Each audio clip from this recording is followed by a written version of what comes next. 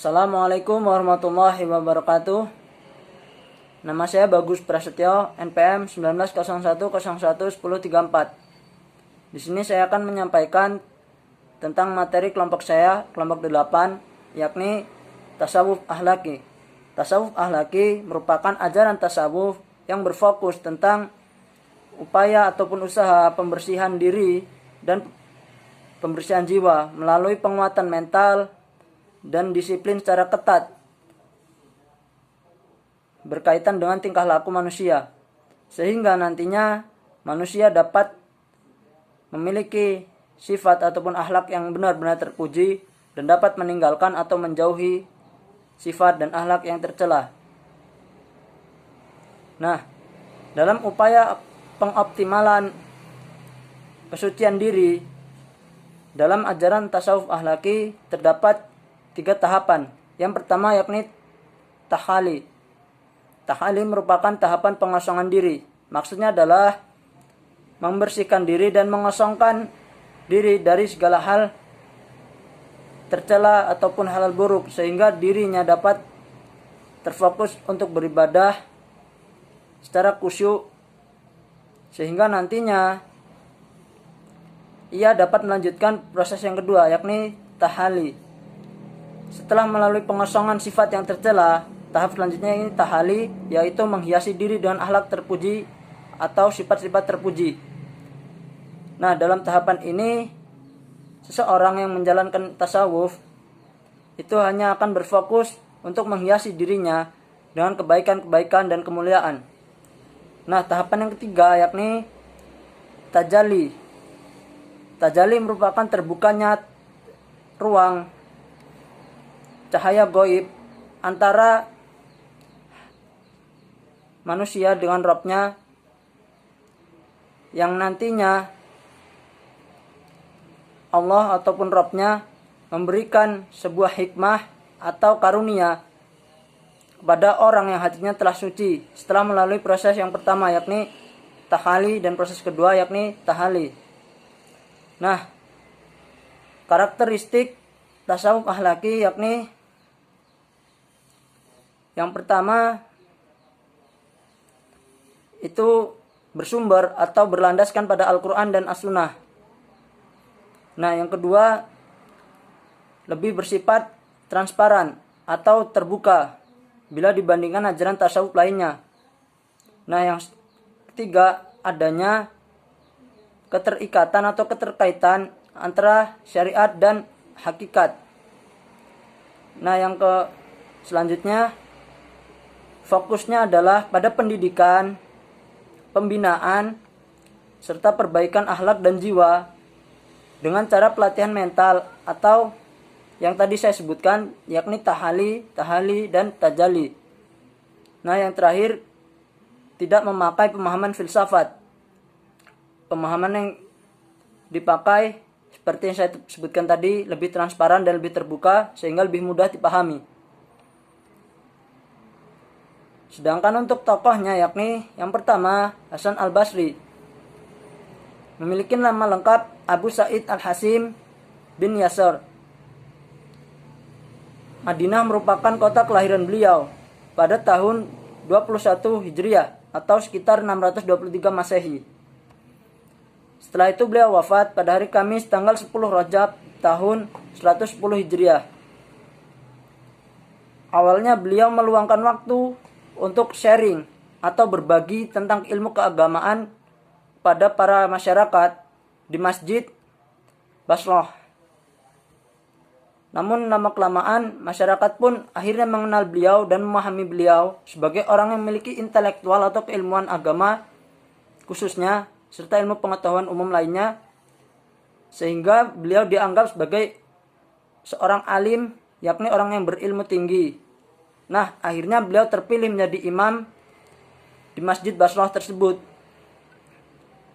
dan sering mengisi ceramah ataupun kajian pada masyarakat yang berada di lingkungan masjid tersebut. Di kalangan masyarakat, beliau juga dikenal memiliki sifat wara' atau berlepas diri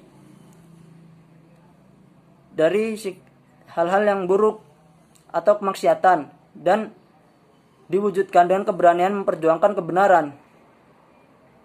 Salah satu karya beliau yang terkenal adalah isinya yakni berisi ancaman terhadap aliran kalam qadariyah. Sedangkan ajaran tasawufnya yakni beliau memiliki pendirian yang menjadi dasar dalam diri beliau, yakni segala bentuk kenikmatan duniawi itu ditolak oleh beliau. Beliau hanya berfokus mengejar akhirat. Ajaran tasawufnya yakni yang pertama, rasa takut yang membuat hati tentram itu jauh lebih baik daripada ketentraman atau ketenangan yang nantinya menimbulkan ketakutan. Nah, yang kedua, dunia ini tempat beramal dan tempat meninggal, yang artinya bukan tempat tinggal, melainkan tempat tinggal kita adalah alam akhirat. Sehingga di dunia kita hanya berfokus untuk beribadah. Nah, yang selanjutnya yakni dunia diibaratkan sebagai janda tua yang telah ditinggal mati beberapa kali oleh suaminya, yang artinya dunia ini hanya bersifat senda gurau, tidak untuk diperjuangkan secara keras. Nah, yang kelima yakni berduka cita merupakan kebiasaan orang yang beriman, sehingga nantinya ia akan terpikirkan oleh akhirat dan berfokus untuk beribadah. Nah, yang kelima, semua orang sudah sepatutnya memikirkan akan alam akhirat dan alam kubur atau alam kematian. Nah, yang keenam, selama hidup di dunia banyak duka cita akan menumbuhkan semangat dalam beramal soleh. Tokoh yang kedua yakni Al-Muhasibi, memiliki nama lengkap Abu Abdullah Al-Harits bin As'ad Al-Basri Al-Muhasibi. Dilahirkan juga di Basrah pada tahun 165 Hijriah. Dan beliau wafat pada tahun 243 Hijriah atau sekitar 857 Masehi.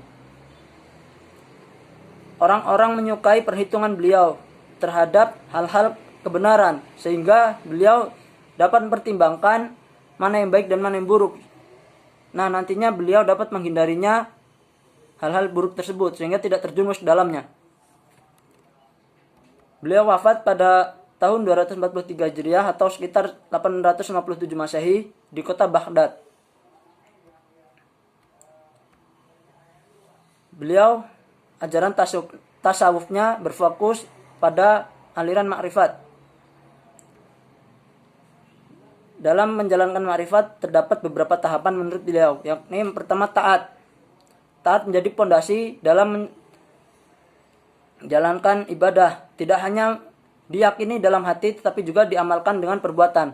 Nah, yang kedua yakni makrifat akan ditumbuhi oleh sinar cahaya ilahi. Yang ketiga, Allah akan membukakan khazanah keilmuan dan keghaiban yang selama ini menjadi sekat antara manusia dengan alam gaib. Nah, yang keempat yakni fana. Fana nantinya akan menyebabkan baqa. Tokoh yang ketiga yakni Al-Qushairi, memiliki nama lengkap Abdul Karim bin Hawazin bin Abdul Malik bin Talhah bin Muhammad An-Nasaiburi. Lahir pada tahun 376 Hijriah. Nah, beliau memiliki ajaran tasawuf, yakni beliau ingin mengembalikan ajaran tasawuf kepada aliran ataupun ajaran ahlu sunnah, sehingga nantinya benar-benar murni, tidak terdapat campur tangan dari aliran lainnya. Tokoh yang keempat yakni Al-Ghazali, memiliki nama lengkap Abu Hamid Muhammad bin Taus At-Tusi Asy-Syafi'i Al-Ghazali. Beliau lahir pada tahun 450 Hijriah atau 1085 Masehi di daerah Khurasan, Iran. Ajaran tasawuf Al-Ghazali yakni beliau menolak semua paham ittihad dan hulul. Oleh karena itu beliau menyampaikan aliran paham baru yakni makrifat. Dan beliau juga memilih tasawuf sunni sebagai pilihan karena aliran itu berdasarkan Al-Quran dan As-Sunnah, tidak berpedoman ataupun berlandaskan pada aliran ketuhanan yang dibawa oleh Aristoteles.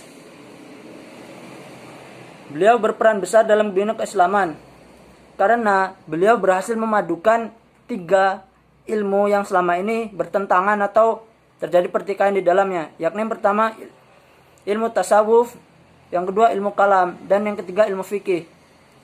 Nah, pada masa beliau ini berhasil menyatukan dan memadukan ketiganya sehingga menjadi sebuah ilmu baru yang nantinya dapat bermanfaat bagi masyarakat dan tidak terjadi pertikaian lagi di antara ketiganya.